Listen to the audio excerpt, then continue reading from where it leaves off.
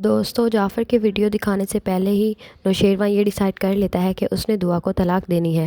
ایسا تب ہوتا ہے جب نوشیروان دعا کو سرفراز کے ساتھ دیکھتا ہے اور اسے اس بات کا یقین ہو جاتا ہے کہ دعا نے پیسوں کے لیے مجھ سے شادی کی، محبت تو وہ آج بھی سرفراز سے کرتی ہے۔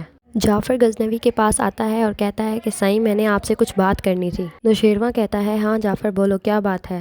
جعفر کہتا ہے سائیں میں نے چند روز پہلے کشمالہ بی بی کو سرفراز سے ملتے دیکھا تھا۔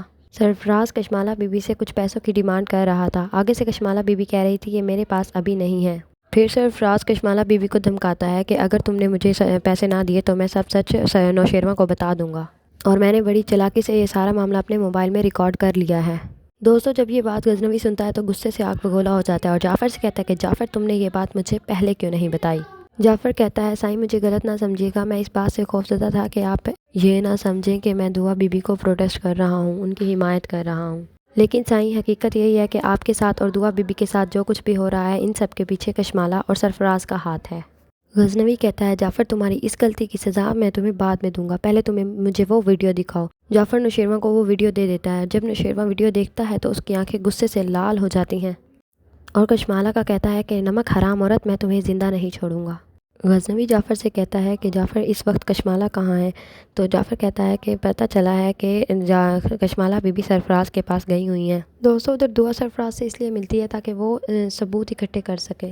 سرفراز دعا کو وہ آڈیو دے دیتا ہے جس میں کشمالہ سب کچھ بول دیتی ہے اور دعا کے ہاتھوں میں وہ کنگن بھی پہنا دیتا ہے جو اسے کشمالہ نے دیے تھے۔ دعا یہ سارے ثبوت لے کر غزنوی کے گھر پہنچتی ہے۔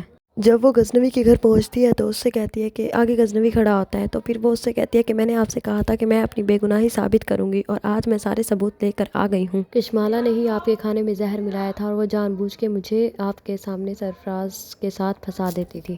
غزنوی دعا کے آگے ہاتھ جوڑ لیتا ہے اور اس سے معافی مانگتا ہے کہ میں نے تمہارے ساتھ بہت غلط کیا، تم پر بہت گندے الزام لگائے، مجھے معاف کر دو۔ آگے سے دعا کہتی ہے کہ آخر آپ کو پتہ چل ہی گیا کہ بے گناہ میں نہیں کشمالہ ہے۔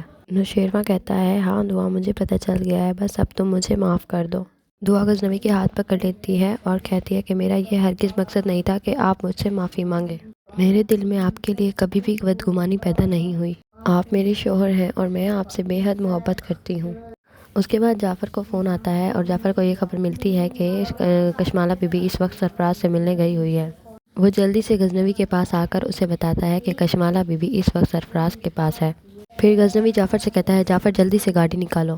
ادھر سرفراز کشمالہ کو کہتا ہے کہ اگر اگلی دفعہ تم نے مجھے بھاری رقم نہ دی تو میں غزنوی کو ساری سچائی بتا دوں گا۔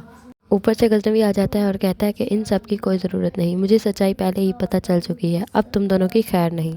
کشمالہ اس کے سامنے اپنا بھولا پن دکھاتی ہے اور کہتی ہے کہ کیا ہوا، میں تو ویسے ہی سرفراز سے ملنے آئی تھی۔ پھر غزنوی کشمالہ کو کہتا ہے مکار عورت، مجھے تمہاری سچائی پتہ چل چکی ہے، تم کیا ہو؟ غزنوی کہتا ہے کہ میں تمہیں آج ہی طلاق دیتا ہوں، اور پھر کشمالہ اس کے سامنے رونے دھونے کے بہانے کرتی ہے اور وہ اس کو طلاق دے دیتا ہے اور کہتا ہے کہ آئندہ کے بعد اگر تم اس شہر میں کہیں بھی نظر آئی تو تمہارے ساتھ بہت برا ہوگا۔ اس کے بعد غزنوی جعفر کو کہتا ہے کہ اس سرفراز کو لے جاؤ اور اس کی خوب خاطرداری کرو۔ پھر جعفر اور اس کے گارڈز سرفراز کی اتنی خاطرداری کرتے ہیں کہ وہ زخمی ہو جاتا ہے۔ پھر جعفر غزنوی کے پاس آتا ہے اور کہتا ہے کہ سائیں اب جعفر کا کیا کرنا ہے؟ پھر غزنوی پولیس بلواتا ہے اور جعفر کو اس کے حوالے کر دیتا ہے اور کہتا ہے کہ آئندہ اس کو جیل کی سلاخوں سے باہر نہ نکالنا۔ اس کے بعد دعا اور غزنوی پھر سے اپنی خوشی والی زندگی گزارتے ہیں۔